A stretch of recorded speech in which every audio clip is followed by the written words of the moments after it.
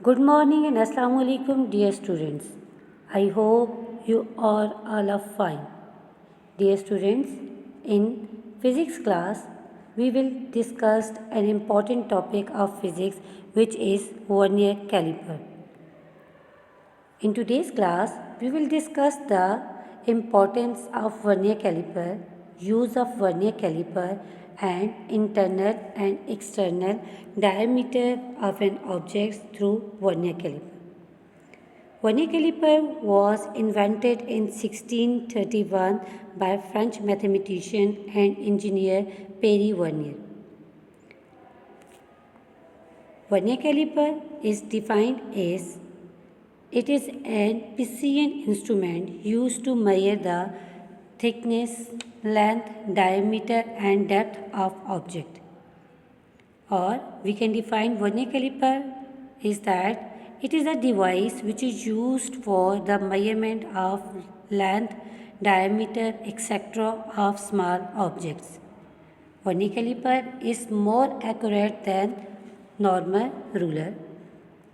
So use of vernier caliper in our real life, it is used to measuring the machine parts, jewelry, measuring stone and rings, plumbing, checking pipe size, labs and school for experiment and practice.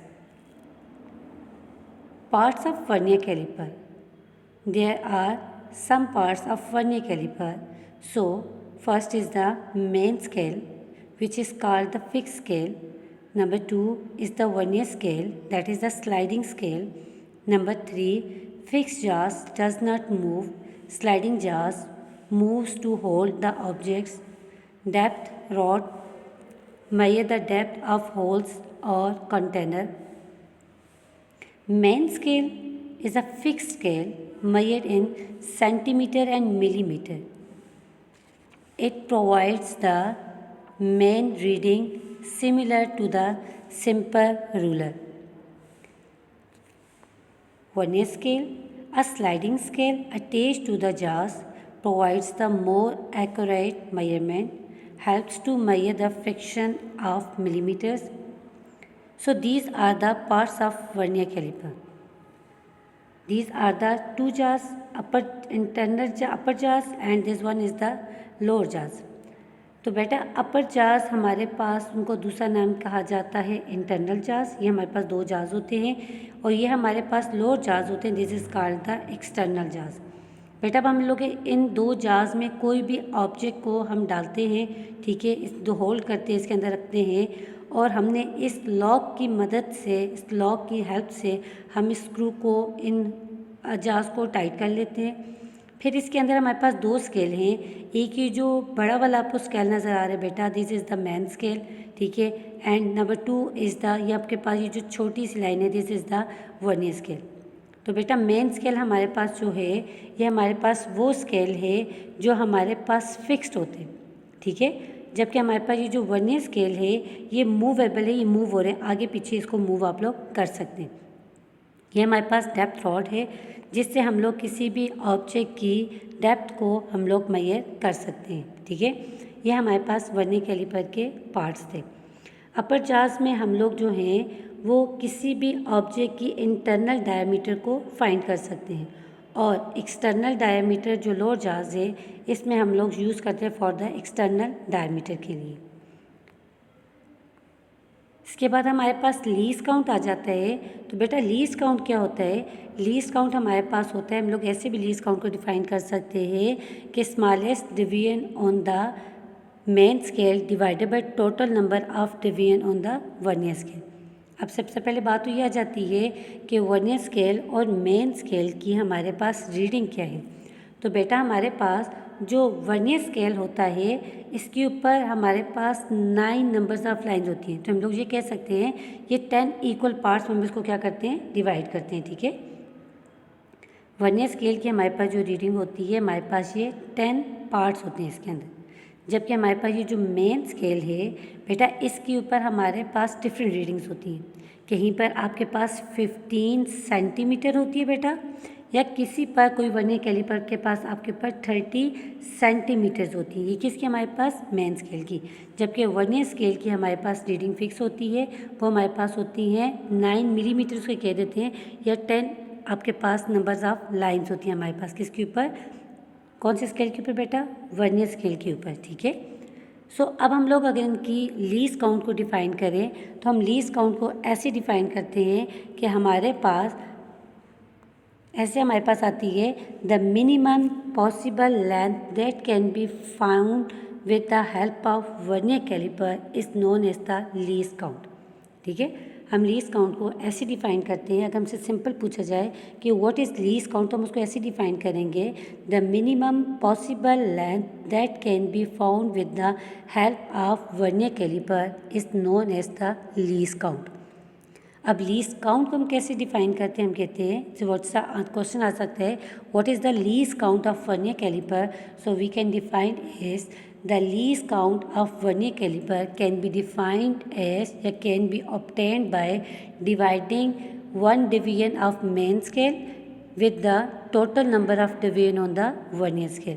जो आसान लफ्ज़ों में हम लोग easy word में ये कह सकते हैं कि सबसे छोटा नंबर हमारे पास मेन स्केल का और divided by total number of division on the vernier scale. तो बेटा हमारे पास अभी हमने कहा जो टोटल नंबर ऑफ डिवीजन हमारे पास जो मेन स्केल की थी वो हमारे पास क्या है 1 है, और total number of division on the vernier scale हमारे पास वो कितनी है जी 10 है। तो अब बेटा अगर हम लोग 1 डिवाइडेड बाई 10 करेंगे, 1 डिवाइडेड बाई 10 करेंगे तो हमारे पास 0.1 मिलीमीटर आ जाएगा, और अगर हम लोग सेंटीमीटर में करेंगे तो 0.01 सेंटीमीटर। तो अब सेंटीमीटर में हम लोग कैसे करेंगे कि 1 डिवाइडेड बाई हम लोग क्या कर देंगे 100 कर देंगे, तो हमारे पास आंसर आ जाएगा 0.01 सेंटीमीटर, और हमारे पास क्या होगा 0.1 मिलीमीटर। तो लीस्ट काउंट फाइंड करने का तरीका ये है the smallest division on the main scale divided by total number of division on the vernier scale. तो ये हमारे पास इसका फार्मूला है, हम लोग लिखते हैं 1 डिवाइडेड बाय 10, तो आंसर हमारे पास आ जाता है 0.1 मिलीमीटर, और जब सेंटीमीटर में करेंगे तो 1 डिवाइडेड बाय 100, तो आंसर हमारे पास आ जाएगा 0.01 सेंटीमीटर। समझ आ गई बेटा? ओके, अब इसके साथ हम लोग आगे बात करते हैं लीस्ट काउंट के बाद। अब हमारे पास आ जाता है zero error of vernier caliper. अब ज़ीरो एरर क्या होता है बेटा? अब ज़ीरो एरर हमारे पास ये होता है कि zero error occurs when the vernier caliper does not reach zero when the जार्स आर फुली क्लोज। अब कहते हैं कि जब हम लोग दोनों जार्स को क्लोज कर देंगे, अब कौन से जार्स बेटा? हमारे पास जार्स ये थे कि हमारे पास अपर जार्स, ठीक है, और लोअर जार्स, ये आपस में क्लोज हो जाएंगे, कॉन्साइड हो जाएंगे हमारे पास, ठीक है। तो हमारे पास जो है वहाँ पर ज़ीरो एरर नहीं होगा, ठीक है। फुली कॉन्साइड का मतलब ये आपके पास ये कहता है डज नॉट रीड, ठीक है। हमारे पास does not read zero when the जार्स आर फुली क्लोज, जब ये दोनों बिल्कुल एक दूसरे के साथ यूँ बंद कर दें, हम लोग स्क्रू की मदद से जब हम लोग जार्स को बंद करेंगे तो तब हमारे पास जो है आपस में जब ये क्लोज हो जाएंगे तो वहाँ पे हमारे पास ज़ीरो एरर नहीं होगा। It is the systematic error in measurements. ये हम लोग ज़ीरो एरर कैसे भी डिफाइन कर सकते हैं, आसान लफ्ज़ों में ये बात कह सकते हैं, if the zero of the main scale and the zero of the vernier scale do not coincide each other. अब बेटा हमारे पास ये कह दें, हम ये इसको ऐसे भी कह सकते हैं कि ये हमारे पास अगर मेन स्केल है, ये हमारे पास मेन स्केल है, ठीक है, और अब इसके ऊपर डिफरेंट रीडिंग्स लिखी हुई हैं 0, ठीक है, और इसके ऊपर हमारे पास एक और स्केल है, वो हमारे पास स्केल कौन सा है? वर्नियर स्केल है, गुड। अब जो वर्नियर स्केल और मेन स्केल का दोनों का ज़ीरो डू नॉट कोइंसाइड, ठीक है, कहते हैं कि if the zero of the main scale and the zero of the vernier scale do not coincide. Do not coincide का मतलब क्या है कि मेन स्केल का ज़ीरो वर्नियर स्केल का ज़ीरो एक जगह पर ना है, बल्कि थोड़ा सा आगे हो जाए या फिर पीछे हो जाए, हमारे पास जो है वर्नियर स्केल के आगे पीछे हो जाए तो वहाँ पे हमारे पास क्या हो जाता है? ज़ीरो एरर होते हैं। तो हम लोग कहते हैं कि there is an error in the instrument which is known as the zero error, ठीक है। अब हमारे पास ज़ीरो एरर हो गया। अब इसके अंदर हमारे पास ज़ीरो एरर की दो टाइप्स हैं, एक हमारे पास पॉजिटिव ज़ीरो एरर और दूसरा हमारे पास नेगेटिव ज़ीरो एरर। अब बेटा हमारे पास पॉजिटिव ज़ीरो एरर क्या है, हम कहते हैं when the zero of the vernier scale is ahead of the zero of the main scale. या फिर बेटा हम लोग ये कह सकते हैं पॉजिटिव ज़ीरो एरर को अहेड की बात कर रहे हैं, या हम लोग सिंपल ये कह सकते हैं if the zero of the vernier scale lies behind the zero of the main scale the such the error will be the positive zero error. ठीक है, हम लोग कहते हैं कि ऐसा, हम लोग ये कहते हैं कि अगर हमारे पास जो वर्नियर स्केल है और वर्नियर स्केल का ज़ीरो जो है वो मेन स्केल से पीछे जाएगा तो हमारे पास क्या हो जाएगा, हमारे पास आगे जाएगा, द एरर विल बी, हमारे पास क्या हो जाएगा, पॉजिटिव ज़ीरो एरर हो जाएगा। ठीक है, तो हम लोग कहते हैं अगर हम लोग उनके स्केल बनाएं, हम ये कहते हैं हमारे पास मेन स्केल है। ठीक है, अब ये हमारे पास मेन स्केल आ गया, और अब अगर हम लोग कहते हैं कि वर्नियर स्केल है और वर्नियर स्केल का हमारे पास ज़ीरो आगे चला गया है, किससे, मेन स्केल से आगे चला गया है, तो एरर विल भी हमारे पास क्या हो जाएगा, पॉजिटिव हो जाएगा। ठीक है, एरर हमारे पास कौन सा हो जाएगा, पॉजिटिव। ठीक है, measurement reading is more than actual. और अब हम लोग कहते हैं कि नेगेटिव ज़ीरो एरर कौन सा है, वो एरर जो बिहाइंड होगा किसके, मेन स्केल के पीछे चला जाएगा। ठीक है, वो एरर जो किधर चला जाएगा, बिहाइंड, पीछे चला जाएगा किसके, मेन स्केल के। ठीक है, the error will be the negative zero error. ठीक है, ये लेस एक्चुअल रीडिंग से जो हमारे पास वो क्या हो जाएगा, ये लेस हो जाएगा। अब बेटा अगर हम लोग देखें हम लोग इनकी करेक्शन कैसे करेंगे, पॉजिटिव एरर और नेगेटिव एरर अगर आ गया हम इसकी करेक्शन कैसे करेंगे, तो करेक्शन करने का बेटा मेथड ये होता है कि हमारे पास जो एक्चुअल मेजरमेंट है is equals to observe reading minus zero error.